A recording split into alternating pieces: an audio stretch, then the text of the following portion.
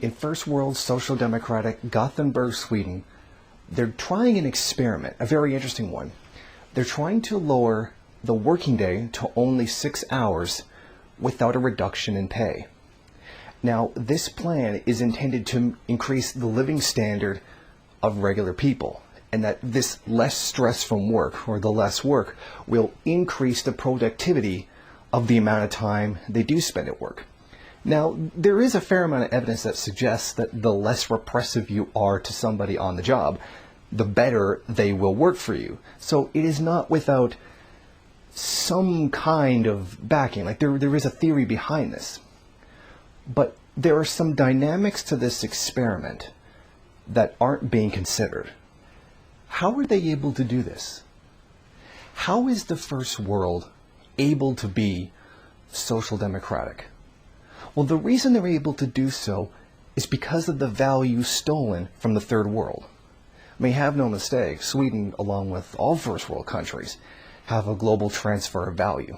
They may not be highly militarily involved as, say, the US or the UK are, but they do get those benefits. They too still leech that value off of the third world that brings in that kind of money where they can do this. That is why the first world gets to be social democratic, and the third world doesn't get to. First world workers get shorter hours, easier jobs. Third world workers get harder jobs, and they work more hours. They get less safety precautions, less money, they live in worse conditions, etc. because of the value that we steal from being in the first world, from the way the imperialist structure is set up. That is why we get the ability to play with things like social democracy and fight for mere concessions, while it is people in the third world who have to take the blunt end, the more blunt end of capitalism, or the real blunt end of capitalism, and they have to fight. They don't get to make concessions. They have to fight for even just the little things, and they know they have to fight the whole system, not merely argue for a little bit of a benefit. That is why they have to fight, and we don't.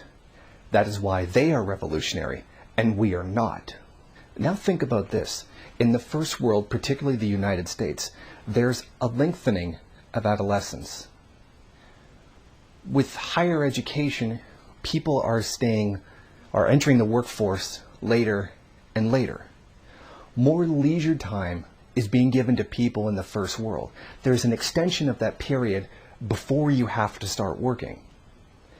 And there are some people whose families are wealthy enough, and there's a significant number of them to make it, significant. They don't even have to start working until they're almost 30, even if they do or don't go to college, or even go to college partly. This is a luxury afforded to them that people in the third world don't have. Because of the way the system is set up, because of the global transfer of value, they have to start working at younger and younger ages. Meanwhile, people in the first world can afford to start working later and later. We're all familiar with this, that idea that 30 is the new 20. Now, this is something that's been going around recently, and why is that? Because our lifestyles are changing because of our plunder. We can afford to start working later and later.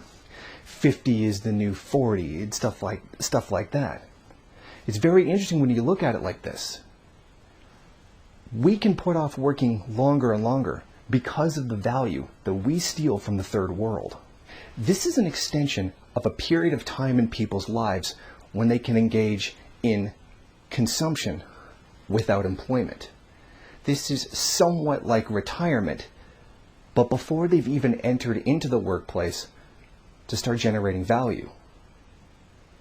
And that's the real thing here, an extended period of consumption, particularly luxury consumption, without having entered into production yet, without even having entered into the workplace. This is something we are afforded, that the third world is not afforded. By comparison, the third world enters the working place younger and younger, and they, quite frequently, never get to actually retire. In many of the places, There's no retirement at all. They usually end up working until they are physically incapable of doing so anymore, and then rely on the charity of their families in order to survive until the day comes that they die. This is what this really tells us. Social peace in the first world. Workers, the working class, the middle class, are bought off with these benefits. And these benefits all come from the exploitation, the super exploitation of the third world. We get these so that we don't rise up and we don't overthrow the capitalist class.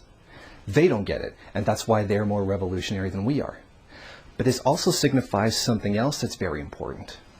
This demonstrates from a global class perspective, we as first world people have more in common with our bourgeois and our own petty bourgeois than we do with the workers and peasants of the third world. Because we maintain a better living standard and we are bought off with those kinds of things like social democracy and extended programs from the value that's stolen from them. This shows that in a very real way, a real material way, first world workers are inherently reactionary in this regard. We actively carry out the exploitation of the working class in the third world, and that we have more in common with our own ruling class than we do with the workers and the peasants of the third world. And we should be considered in antagonism with them because of that, because our benefits come at their expense. And this creates not just a class divide, but a global class divide that makes this significant. This is left out by first world idealist Marxists, who they don't take this into account in their analysis, which leaves us with why they push so hard for just little concessions from the capitalist class, and why they celebrate so hard when it happens. This is the reasons why the working class in the first world is not revolutionary, or there's no significant revolutionary force. As a further example of this, look what happened when Kshama Sawat got elected. People started acting like the revolution just happened. They were celebrating this as a massive achievement when it's not. And they did this even further when she raised the minimum wage. Well, I hate to break it to you, but the minimum wage gets raised in the first world all the time. Maybe not so much in America, but in the rest of the first world, the minimum wage goes up frequently. The minimum wage doesn't go up in the third world very much, even if there even is a minimum wage in one particular area.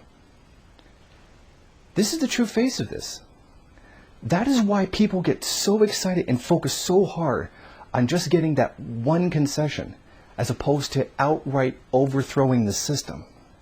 Because these little concessions buy us off as first world people at the expense of third world people. They just increase the rate of exploitation on them. This is what we have to understand if we're going to look at Marxism from a global class perspective, because we have to. Capitalism is now more than ever a global phenomenon and globally interconnected. So we do have to understand this if we want to understand the path to revolution. We have to understand that first world people stand in antagonism to third world people, not just in terms of capitalist class versus working class, but first world proletariat and third world proletariat. The third world proletariat being the real one, because we make money off them. We profit off of them. Our lives get better because of the exploitation that's carried out on them. Think of a 401k alone. What is a 401k?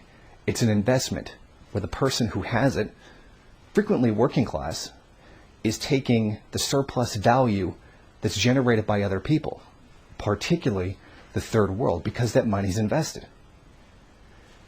This piece of the puzzle, this global class division, is what first world Marxists ignore, and why they can never really figure out why the first world isn't revolutionary, and it's the third world that is.